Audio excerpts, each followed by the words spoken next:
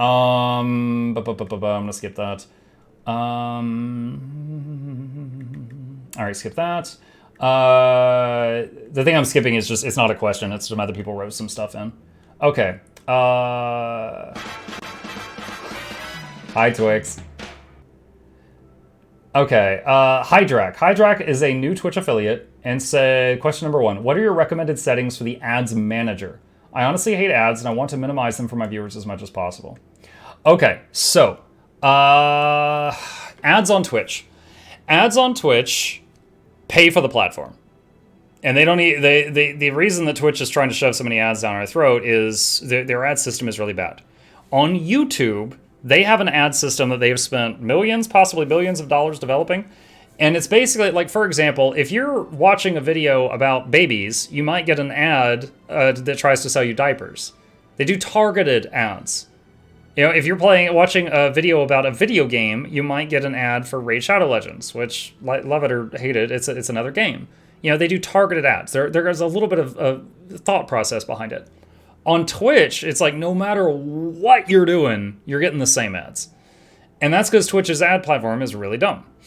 Now, Twitch has a thing called an ad manager. And the ad manager, basically, let me see, can I... Actually, Twitch has got a lot of weird rules. I don't know if I'm allowed to show it, so I'll just tell you about it. Basically, it's like, you know, play one 15-second ad per hour. Or you can freaking spin that dial and be like, you know, play a 15-second ad every 5 minutes. You know, you can just go insane with it. Now, of course, it's a golden goose. Every time you hit the button, you get a fraction of a penny for every viewer you have. And some of them freaking leave because they're getting sick of ads, you know?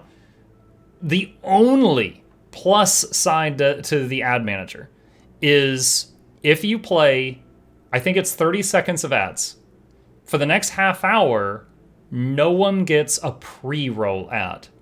A pre-roll ad is when someone join. You know how when you join a Twitch channel, like your first time tuning in for the day, and you immediately see an advertisement? That's a pre-roll. So if you run 30 seconds of ads, it turns off pre-rolls for a time. Now, we don't have data for how many people were already watching a stream, then saw an ad, and then left in the middle of the ad. We do have data on how many people tuned into a stream, got a pre-roll, and immediately left. It's a staggering number. It's like 30%. Like right here, I'll bet a lot of you, I do it. I go to tune into something, and if I get an ad, sometimes I'm like, you know, I didn't want to watch this that badly, and I just go. I do that on YouTube and Twitch and other platforms too, if I'm just not in the mood to sit through an ad.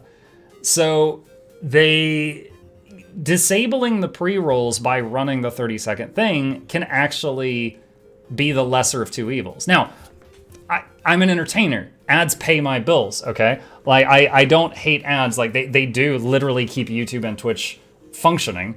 However, if you run, you know, more than the minimum, you're going to scare people away. Especially if you're growing. If you, like... How can I explain this without breaking rules? Okay. I average 400 viewers. We got 500 right now. We're doing better. This is a good day. I average 400 viewers. I'm a full-time Patreon, Twitch, YouTube. Those pay my bills, occasionally sponsorships, and a few other things, referrals. The money I get from Twitch ads makes up less than 1% of my income. It's abysmal. So I have that crap on minimum. I have not turned that wheel at all. Okay? It, like, YouTube, I think on YouTube, if an ad plays, the creator gets 55% of the money and YouTube gets 45% of it. I think Twitch is like 10. It's like 1090 or something. And it's capped. It's like, okay, let me use some really simple numbers to explain this. Let's pretend that Coca-Cola is like, hey, Twitch, if you run an ad, we'll give 10 cents to you or 10 cents to the streamer and 90 cents to Twitch. And Twitch is like, deal. So you're getting 10 cents, Twitch is getting 90. And then the next month, Coke is like, we're having a great month. We're going to double it. We're going to give you $2 instead of $1. And Twitch goes, oh, nice, I'm getting $1.90. The money that the streamer gets doesn't increase. Only Twitch's cut increases. The streamer's amount is capped. So basically, all the money I get on Twitch is like bits and subs. It's like teeny tiny bit is ads. So I'm not gonna annoy people running more ads. I get almost nothing for it. There's no incentive there. It's terrible. Again, YouTube, literally all the money I get on YouTube is from ads. You know, if someone watches without an ad blocker and they see an ad, I get a kickback. If also there's YouTube. What is it called? YouTube Prime? No, it's not YouTube Prime. Well, what YouTube? Here you go, lol. Premium? Is it YouTube Premium? If you watch a YouTube video and you've got YouTube Premium or YouTube Red, and you don't get an ad because of that, the creator. Like this. Thank you, Twix. So if you watch a YouTube video with Red or Premium, the creator gets paid as if you saw a full ad. So it's like ad block, but you're actually still supporting all the creators if you choose to do that. So that's how that works. Yeah, Twitch Turbo does work the same way. If you watch a creator of Twitch Turbo, anytime you would have gotten an ad, the streamer still gets their fraction of a penny or whatever. But yeah, YouTube definitely pays way better for that. So my recommendation for the ads manager is have that crap on the lowest possible setting, especially if you're growing, because it will only hurt you. Because there's a very large number of people that will see an ad and they will just leave. That's my answer to that question. Okay. Hydrak, new Twitch affiliate. The next question says, anytime I record a video, they always get gigantic video sizes. My very first thought is that you might be using the wrong file type. Mine are usually between 100 to 300 megabytes in size per 3 to 5 minutes of video. This is far too big to show friends in Discord or Gmail. Well, okay, 5 minutes of video? Like, yeah, you can't upload 5 minutes of video to Discord. Would you recommend either compressing the video, or are there settings in OBS I can use to reduce the size of the recording? If you say compressing a video, then how does one do that? Okay, so if you've got a 3 to 5 minute video, then if you want to show it to friends, what you would do is just you can have a YouTube channel that you never use, and just go to, hold on a sec, let me stretch this up. There's a button up here, hit create, and upload video, and drop your video here. After it uploads, it'll appear on the list, click it, grab this link, and link it to your friend. That's it. It doesn't have to be a public video. You don't have to show it to anybody else. That's how I show a video to somebody else that's really big. For example, when I send a video to Noxy, my wonderful video editor, we have at first we were using like a 20 gigabyte Google Drive to move the files back and forth. And I finally just broke down. I spent like $5 a month to make it 100 gigs because it was too tough dealing with only 20 gigs to move around. Video file sizes are very large. So you can, if you're using the right file type, I just saw the guy dancing. If you're using the right file type, it will shrink the file size. However, if you might, honestly, for 5 minutes of video, that might not have even been bad. Okay. Hydrak, question 3. One of my biggest fears of streaming is getting to the point where fame would get to my head and I start losing friends and beliefs I hold dear. For the dancing Norn. Thank you for your views. One of my biggest fears of streaming is getting to the point where fame would lead to my head and start losing friends and beliefs I held dear. Wow, really? Does this come to your head as well? And if so, how can you deal with that? Honestly, I feel like if your biggest fear right now is getting too famous, you've already got too big of a head. I'm sorry. Dude, really? Most people are afraid they're never going to get out of 0 viewers. If your worry is you're going to be too famous, I think you're already what you fear. You've become that which you were sworn to hate. Okay. Does this come into your head as well?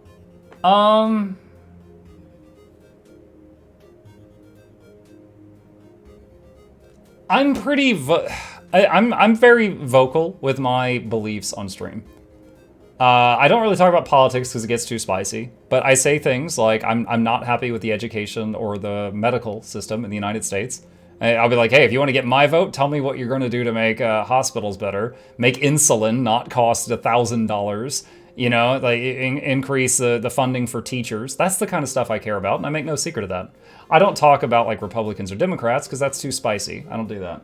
But so the thing is if you're already vocal with like who you are, and as long as you're not like a scum person, then it's not a secret you have to keep. It's not something you have to worry about.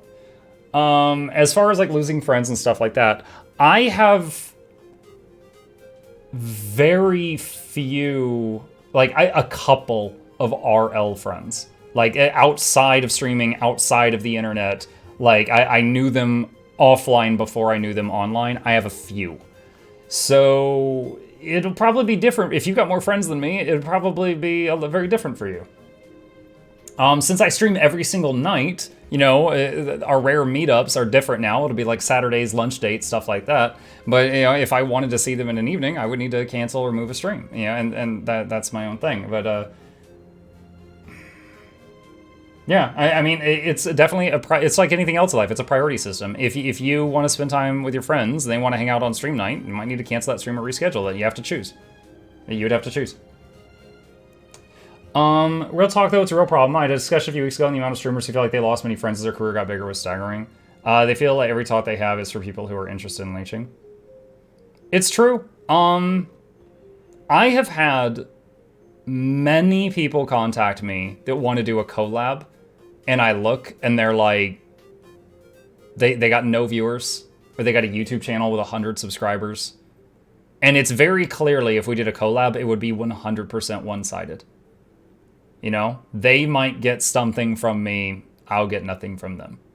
So usually what I do is try to get a free video out of it, because then I'm getting something. I'll put a video up on my channel. I'll be like, hey, yeah, I'll do the collab with you for your video if I can also record it on my end and put it up on my channel. You can upload first because it was your idea. I'll do mine a day later so you get the first views, and I'll link mine to yours.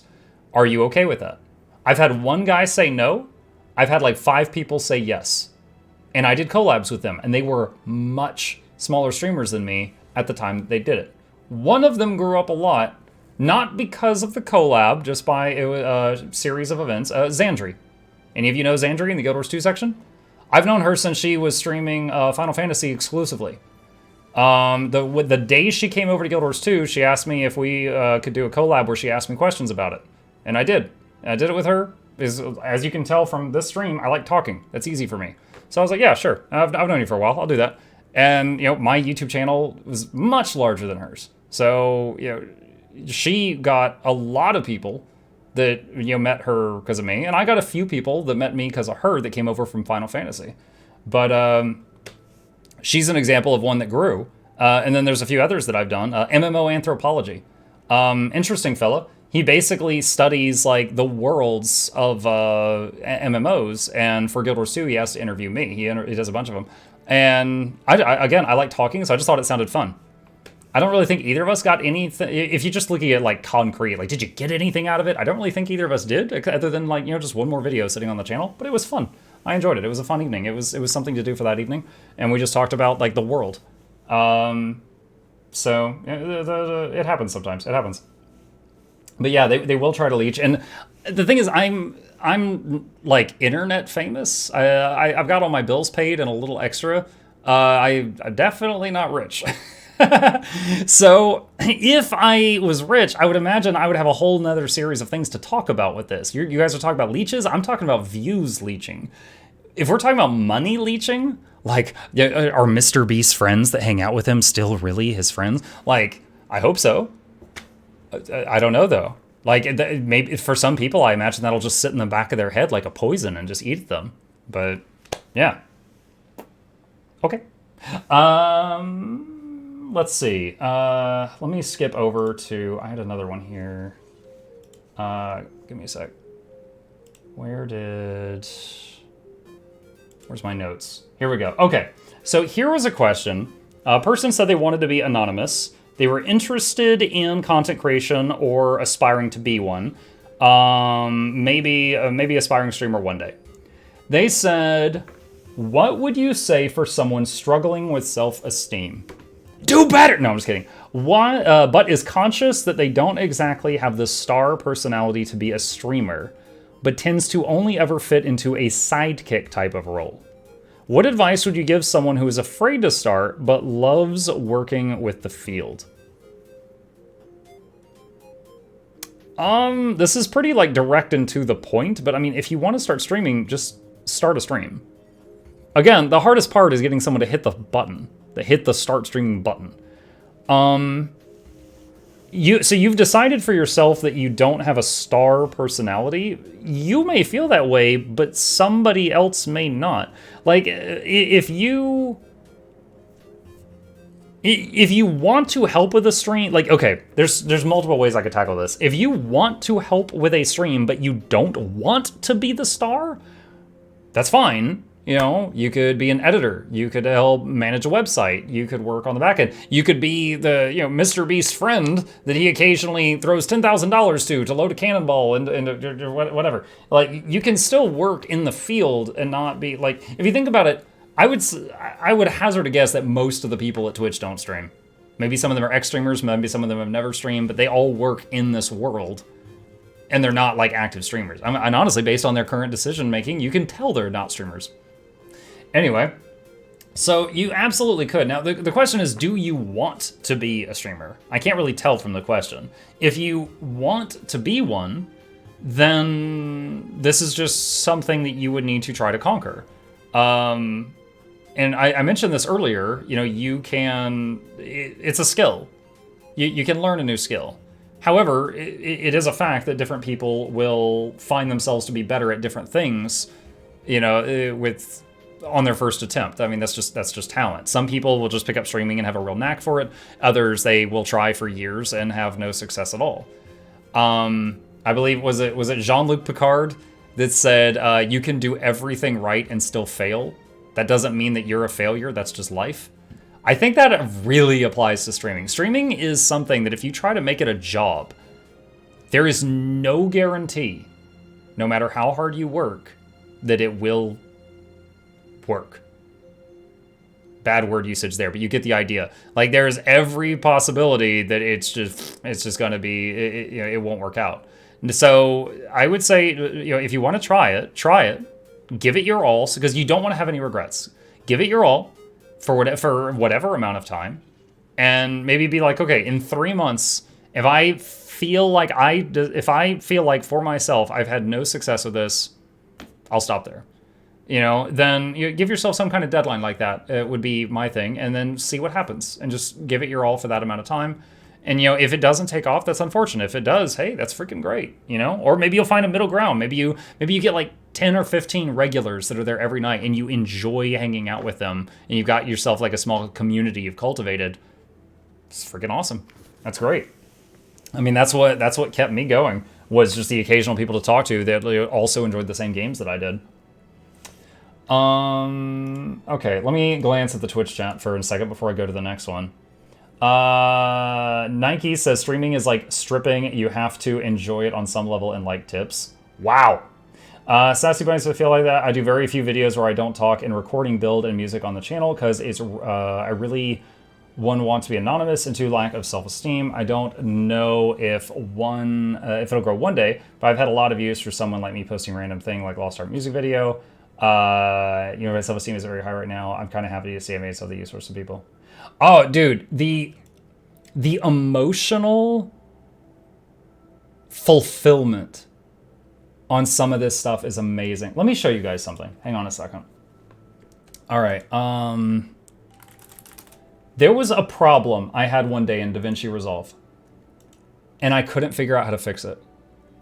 And after hours and hours and hours, I figured it out. And I was like, oh my God, it was so simple. It was one of those, it was right in front of me things. I made a video, how to fix this problem. Most of my current audience were like, what the fuck is this? And they completely ignored it. Like, literally, I've got a video I uploaded today with 8,000 views. This thing has been here for months and has 2,000 views. However, That's, for the most part, that's 2,000 people. I helped fix this problem. I'll be just doing my thing, and the comment section funnels comments from all your videos. Like, here's a comment from this video, here's a comment from this video, here's a comment from this video. And look, this is very helpful. I have 10 accounts, each has 7 tunes. I use them for farm aura logs. I can just hit I like that. I will occasionally get people like, thank you for something that I did and threw into a video form months or years ago. And it feels amazing. Like, the emotional fulfillment is so good when you realize you helped someone get through something that frustrated you for hours or days. And yeah, it's big. Now, and that comes from me making like guide videos. So like that video, God, for 2,000 views, that's like I made $2 on that video. I spent hours making that video and I got $2. I absolutely lost money on the time I spent on that video. And I'm pretty sure I had Noxie edit that. So the money I spent on Noxie's editing, I lost so much money on that video. However, it is very fulfilling seeing people get through problems because of a video that you made way in the past. So yeah, emotional fulfillment is a huge thing. Vedic says, hang on, I need a drink. We're almost out of this. Vedic says, I'd like to get into streaming, but I struggle with feelings of loneliness when I'm not speaking to someone. Do you feel like interacting with chat is engaging enough to avoid that? Yes. Yeah, I'm struggling to keep up with chat right now. Now, I would say the feelings of loneliness when there's 0 people in chat talking to you is something that it hurts. And you have to struggle with that. However, when there are people in chat talking with you, maybe this varies based on the person. I don't feel lonely when I'm talking to chat. I feel very overwhelmed at some points when chat's moving so quickly. They're just trying to keep up with it.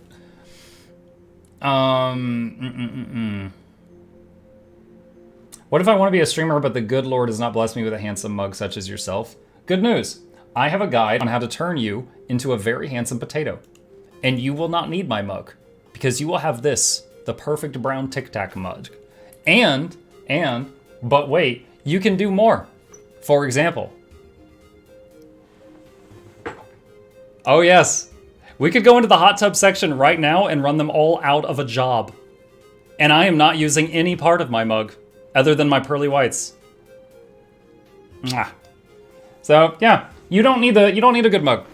Just you need some laughs, potato filter, you'll be fine. Not even needed.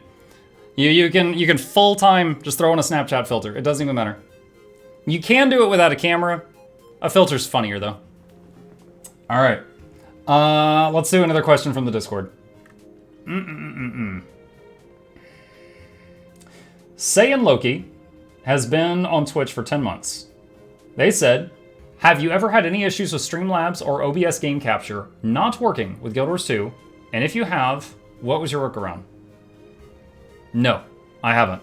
So there's 2 ways of streaming. There's one thing that's called a desktop capture, and that just shows everything on my monitor. So right now, I just switched to desktop capture mode. If I pull Discord onto the screen, you can see this. If I switch back to just show Guild Wars 2, it only shows Discord, despite the fact that I still have Discord in my face. Now, that is by doing a game capture. Game capture, basically, you just say, show this window. And I have Guild Wars 2 selected. So Guild Wars 2 is behind me. If you do a desktop capture, it just shows the whole desktop. There are some games I've streamed where, but not Guild Wars 2, but there's some games I've streamed where I could not, for whatever reason, get the game to capture. So I just I have a button where I just swapped over to show the whole desktop, and then, I just did that for that stream. Now, in general, usually streaming a program capture, just the game, has a higher FPS than a whole desktop capture. But, you gotta do what you gotta do. If the desktop capture fails, have the display capture ready to go on standby. Do you have control over ad volume? I do not. I have no control over ad volume. You told us about the streamer that got more viewers of the avatar? Mm-hmm. Yeah, I don't want to... The thing is, that could come across as sounding like an insult, and I don't want it to, so I'm not going to say their name. But yes, there was a streamer I knew who was 10 viewer average, and she recently swapped to VTuber, and the last time I told the story, someone goes, oh man, what a way to find out you're ugly. Like, I don't think she is. I think, as far as like, you know, society's standards go, she's very she was good looking, you know. But she was just streaming, and she had like, you know, 10 to 20 viewers for a long time, and she swapped over to VTubing, and she's like 100. It feels like almost overnight. Now she's doing like 100 average. And the thing is, personality-wise, she hasn't changed how she's acting. But people like the cartoon avatar. Like, you guys blew up when I put the hot tub on. That wasn't me. I mean, that was a screenshot of me from a few weeks ago when I was all oiled up. But, you know, you guys freak out for like the PNGs. Y'all love that stuff. So, I don't know. For her, it worked out. For some of you, it may or may not. It depends. Let's see. Say and Loki question number 2. I've been streaming for a while, but still struggling to get viewers and followers any new helpful advice. I've watched all your videos. If you watched all my videos, that's most of it. You know, I'll say it again for the people in the back. If you do exclamation content, that's all my guides on where I got to how I was. The first video shows how I went from 3 to 300.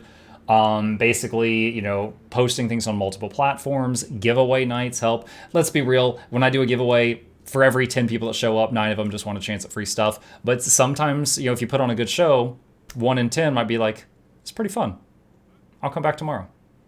Those are the reasons you keep doing giveaways. And maybe you can't afford to give anything away. Maybe you're like, dude, I'm broke. I can't give away anything. I can't give away gift cards. If you play a game where you can give stuff away in the game, you could do that. Like, for example, you know, for me, or Guild Wars 2, I would give away like in-game items, you know, weapons, swords, armor, gold, whatever. You know, you can do stuff like that to drive viewership. But yeah, Twitch has no discovery. You really have to work on, you know, other platforms to get people over here. That's how Towley said he grew, by doing giveaways and then keeping some of the people who came for free stuff. And now, dude, I honestly, every Tuesday I have more people, because they know I do giveaways every Tuesday now. So some of them only show up on Tuesday, but, you know, I get more every time. Okay. So, let's see. Question 3 from Sagan. I just started a YouTube channel. Would it be a good idea to upload my streams to my YouTube to help exposure? Do I need permission to plug my stream in your networking channel on Discord? No. The networking channel on Discord is there for people to spam their stream. You can do whatever you want in there. And it is up to the other people on the Discord if they wish to go there or not. For YouTube, it depends on the type of YouTube channel you want. Now, let me give a few examples. So most of the people here are listening to me talk because they think that, okay, like he's kind of established in this space. Even despite that, my third video of all time, which has friggin' almost 4-hour long duration, has 50 views after 4 years. People do not like to watch massive videos. However, let's see. This is Divinity Original. This is Divinity Original Sin's playthrough. Okay, that is part of the Divinity Original Sin playthrough. I later cut that footage up and put it on my second channel in 30-minute episodes. Okay, so here's the same exact stuff, but I cut it up into 30-minute episodes. Each one's 30 minutes. All right, so let's do this. Divinity, search, and date backwards. All right, so on my main channel with 60,000 subscribers, it got 50 views. On this channel with only 4,000 subscribers, it got more than 50. I have a fraction of the subs on this channel. A fraction, less than a tenth.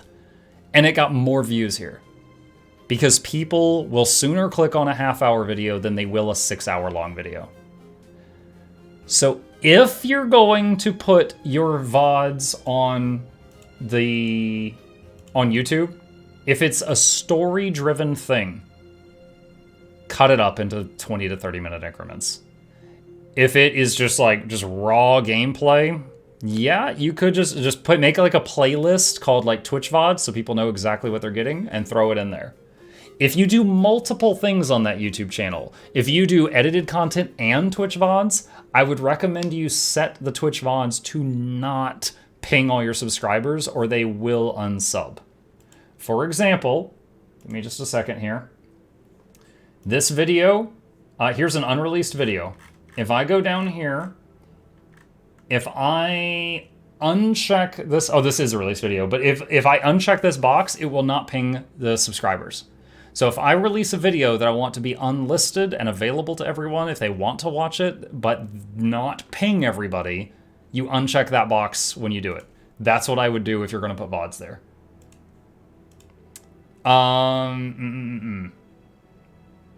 New merch, Muck Oil, available scent, Tub Tato, and Dennis Musk. Ugh. Sorry, Muck, I'm just here for the background noise during Draconis Mons. That's fine. Draconis Mons can be very boring.